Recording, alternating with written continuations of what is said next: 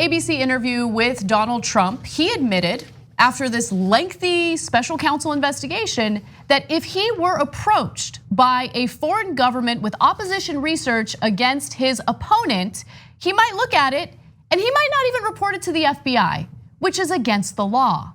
And so now you have all of his lackeys in the media lining up to defend him and trying to convince you, the American people, that what you heard Trump say wasn't actually what he said. Here's one example. The president said he would listen, but he was also send it to the FBI. He said he would do both.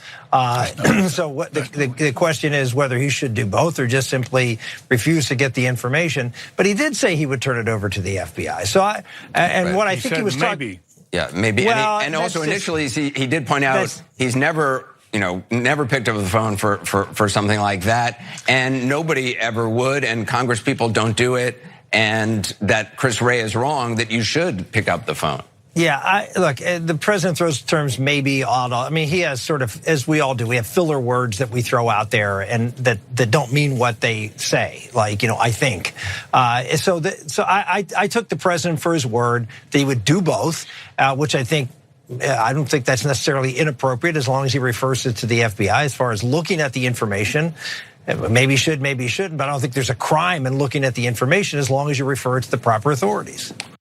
No, there is a crime in looking at the information. You are receiving oftentimes stolen goods, but more importantly, you're receiving it from a foreign country, which is illegal. So the whole point is you're not supposed to receive it. Al Gore, even when it wasn't a foreign country, he got George Bush's prep for the debates, did not look at it and immediately turned it over to the FBI, assuming that it must have been in some way stolen. Wait, George Bush prepped for the debates? I know, well, you couldn't tell from watching the debates, but apparently he did. And so what Trump said he would do is clearly illegal. And he wasn't unclear about it. He said, give me a break, life doesn't work that way. Yeah. When Stephanopoulos said, but the FBI director says that would be illegal, he said, quote, the FBI director is wrong. But Santorum over here, hilarious. Sometimes we all use filler words. First of all, what the hell's a filler word? Right. Okay, second of all, he says, filler words are things you don't mean. Wait, that's not a filler word. I'm not positive what a filler word is, but that's not, if it means anything at all, it doesn't mean the opposite of what you mean. And then the example he gave was, like, I think. So are you saying that every time you say, I think, it's the opposite of what you mean, which is that you don't think? Which actually would make sense given what we just watched. That was a good catch. That was a good catch. This is why people come in and for this expert analysis, Jake. No, that was really good. But okay, here's the thing. This is what, if I could just sit down and have a conversation with Rick Santorum or Hannity or Laura Ingraham, all the people that we're about to talk about, I would just ask them, are you proud? Like, are you proud of yourself? Are you proud of going on national television and making a complete and utter fool out of yourself in an effort to defend this criminal? And I guess they would say yes, and I don't understand what it is they think they're gonna get out of this. I mean, you have this guy who's supposed to be leading the country, but he's a complete and utter disaster. He has no respect for anyone, no loyalty for anyone, no empathy for anyone. What do you think you're gonna get out of this situation, other than some pathetic interview that everyone's gonna forget about a week later? Anyway, with that said, Hannity, of course, also came to Trump's defense. Here's what he had to say. In many ways, that was actually a genius setup because the media mob will fall right into his trap, breathlessly spewing fake, phony outrage over a non-story for days. We'll be showing you the tape this time tomorrow night, ignoring the real abuse of power that took place in 2016 and the real Russian dossier that was bought and paid for and then used as a basis to spy on the Trump campaign. Can I just mention why there were red flags in regard to the Trump campaign, in case anyone had forgotten? Remember that, what was his last name? Papadopoulos. Yes. Papadopoulos was like bragging about his connections to Russia. He did that with an Australian diplomat, I believe. Yep. And so guess what happened? The FBI was like, oh, it looks like Russia's trying to meddle in the election. It was because of Papadopoulos.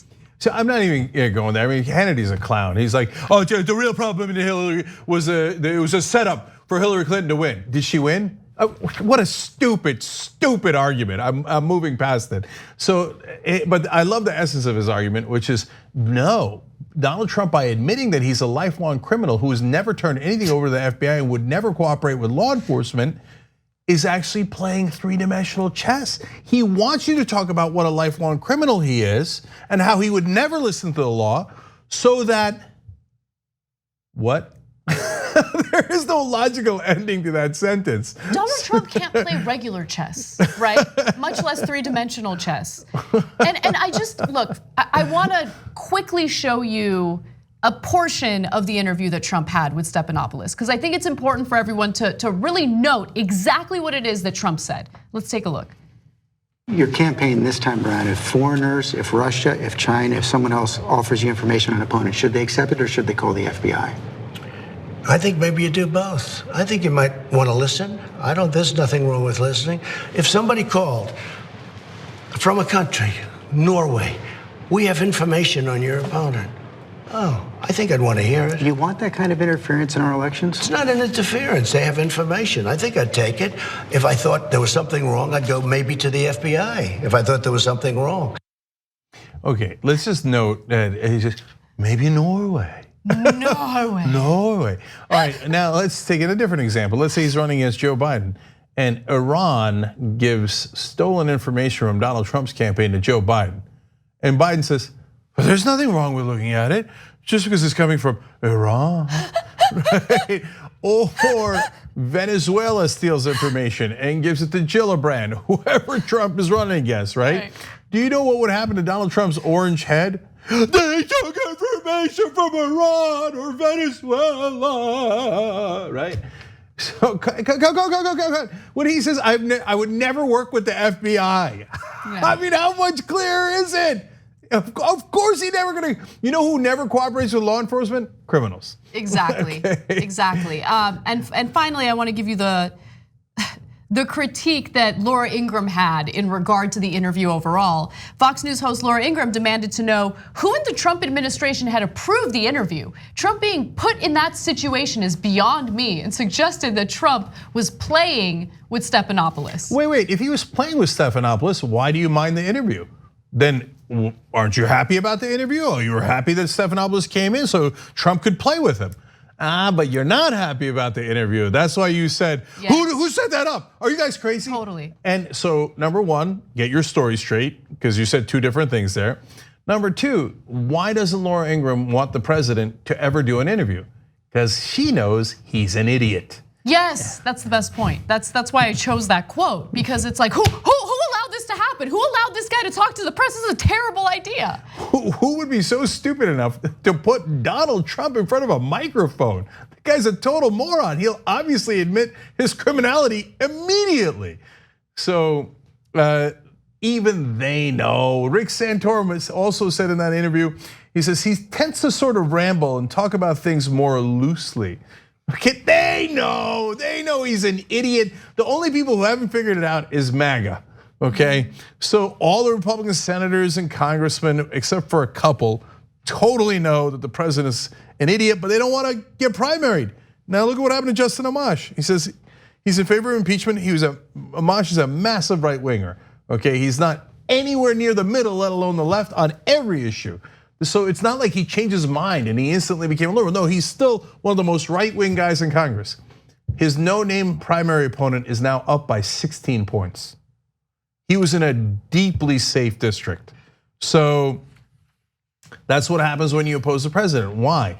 And that's why all the congressmen and the senators and all these pundits are slavishly behind Donald Trump. Oh yes, Donald Trump, even though they know he's a total idiot and a total criminal, because they don't want to face the wrath of MAGA. The only people in the country who haven't figured out that the president is a con man are his voters.